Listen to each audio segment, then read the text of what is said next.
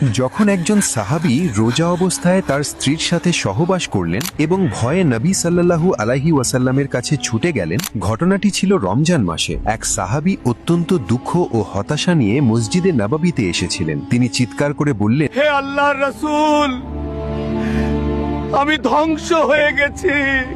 নবী সাল্লাল্লাহু আলাইহি ওয়াসাল্লাম অত্যন্ত উদ্বেগের সাথে তাকে জিজ্ঞাসা করলেন, তোমাকে কি ধ্বংস করেছে? তিনি বললেন, আমি রোজা অবস্থায় আমার স্ত্রীর সাথে সহবাস করেছি, যার ফলে আমার রোজা ভেঙে গেছে।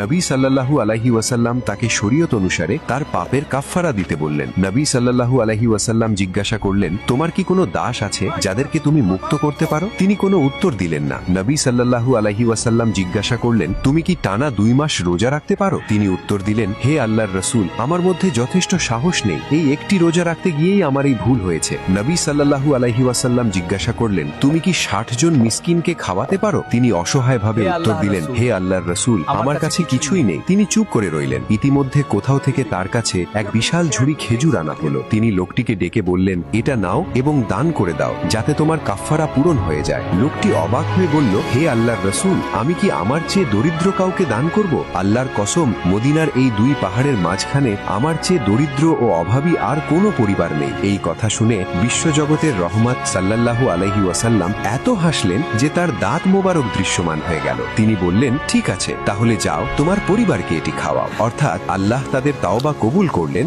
এবং তাদের ক্ষুধাও দূর করলেন। প্রকৃত দারিদ্র্য এবং প্রকৃত লজ্জা উভয়ই আল্লাহর কাছে গ্রহণযোগ্য।